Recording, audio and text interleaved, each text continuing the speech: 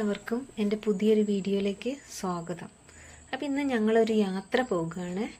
എൻ്റെ ചേച്ചിയുടെ വീട്ടിലേക്കാണ് പോകുന്നത്. ചേച്ചിയുടെ വീട് മലപ്പുറം ജില്ലയിലാണ്. അപ്പോൾ ഒരുപാട് ദൂരമുള്ളത് കാരണം ഞങ്ങൾ വണ്ടിയിലല്ല പോകുന്നത്, ബസ് കയറിയിട്ട് പോകാമെന്ന് കരുതി. ഒരു 3 ബസ്സൊക്കെ മാറി കയറണം അവളെ വീട്ടിലെത്താൻ. അപ്പോൾ ഞങ്ങൾ അതുകൊണ്ട് ഞങ്ങളുടെ ബസ് സ്റ്റോപ്പ് വരെ ഹസ്ബൻഡിൻ്റെ വണ്ടിയിൽ വന്നിട്ട് അവിടെ നിന്ന് പിന്നെ ഞങ്ങൾ ബസ്സിൽ കയറിയിട്ട് അവളുടെ വീട്ടിലേക്ക് പോവുകയാണ് ചെയ്തത്. അവളുടെ വീട്ടിൽ ബസ് ഇറങ്ങിയതിന് ശേഷം പിന്നെ ഓട്ടോയ്ക്കാണ് വീട്ടിലേക്ക് പോകുന്നത്. അങ്ങനെ ഞങ്ങൾ ബസ് ഇറങ്ങിയപ്പോൾ നല്ല മഴയായിരുന്നു. അങ്ങനെ ഞങ്ങൾ കുട ചൂടിയിട്ടാണ് അവൾ വീട്ടിലേക്ക് എത്തിയത്. അപ്പോൾ ഇതാണ് അവളുടെ വീട്. അതിന് ഞങ്ങൾ കുറച്ച് നേരമൊക്കെ അവിടെ ഇരുന്ന്, ഇത് അവളുടെ തറവാട് വീടാണ്. ഇപ്പോൾ അവിടെ ആരും താമസമൊന്നുമില്ല. അവർ അതിൻ്റെ തൊട്ട് മുകളിൽ വീട് വെച്ചിരിക്കുകയാണ്. പിന്നെ ചേച്ചിയുടെ വീട്ടിൽ 2 ആൺകുട്ടികളാണുള്ളത്. അപ്പോൾ അവർക്ക് പ്രാവ്, കോഴി, മീൻ അതിനെയൊക്കെ വളർത്തുന്ന ഒരു ശീലമുണ്ട്. ഇപ്പോൾ പ്രാവും കോഴിയാണ് ടെറസിൻ്റെ മുകളിലാണ് ഇവർ വളർത്തുന്നത്. പിന്നെ ഇതാണ് മീൻ, ചെറിയൊരു അക്വേറിയം. ആദ്യം ഇതിലും കൂടുതലുണ്ടായിരുന്നു. ഇപ്പോൾ പിന്നെ കുട്ടികളൊക്കെ പഠിക്കുന്നതിൻ്റെ തിരക്കായതുകൊണ്ട് അതൊക്കെ മാറ്റി വെച്ചിരിക്കുകയാണ്.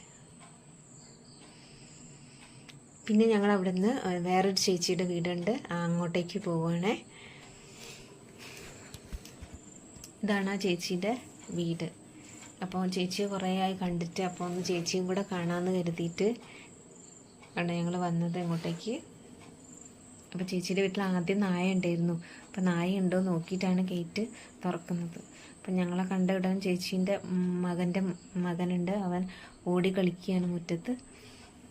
അങ്ങനെ ഞങ്ങൾ കുറച്ച് നേരമൊക്കെ ചേച്ചീൻ്റെ അടുത്ത് വിശേഷമൊക്കെ പറഞ്ഞതിന് ശേഷം അവിടെയും ഉണ്ട് ഇതുപോലെ മീനും കോഴിയൊക്കെ. അപ്പോൾ ഞങ്ങൾ അതൊക്കെ ഒന്ന് കാണാൻ വേണ്ടി ഇറങ്ങിയതാണ്. വലിയ എക്കോറിയല്ല, ഒരു പോണ്ടാണ് ഉണ്ടാക്കിയത്. അതിൽ ഒരുപാട് നല്ല മീനുകളൊക്കെ ഉണ്ട്. പിന്നെ അതുപോലെ റംബൂട്ടാൻ, ഈ താഴെ കിടക്കുന്നതൊക്കെ റംബൂട്ടാനാണ്. കേട് വന്നിട്ട് താഴെ വീണതാണ്. നല്ല ഹൈറ്റിലാണ് റംബൂട്ടാൻ്റെ മരമുള്ളത്.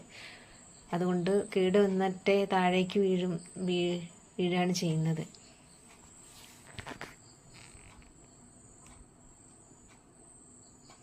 ഇത് അവിടുത്തെ കോഴി ഫാമാണ്. വലിയ ഫാം അല്ലെങ്കിൽ ചെറിയ രീതിയിലുള്ളൊരു ഫാമാണ്. പിന്നെ ഞങ്ങൾ അവിടുന്ന് ചേച്ചിയുടെ വീട്ടിലേക്ക് തന്നെ തിരിച്ചു വരുമ്പോൾ വഴിയരികിൽ അമ്മ കുറച്ച് ചെടികൾ കണ്ടപ്പോൾ അതൊക്കെ ഔഷധ ചെടികളാണ്, കർക്കിടക മാസത്തിൽ കഞ്ഞി വെക്കുന്ന ചെടിയാണെന്നൊക്കെ പറഞ്ഞിട്ട് അമ്മ അതൊക്കെ പെറുക്കി പറിച്ചെടുക്കുകയാണ്. പിന്നെ ഞങ്ങൾ അവിടെ എത്തി.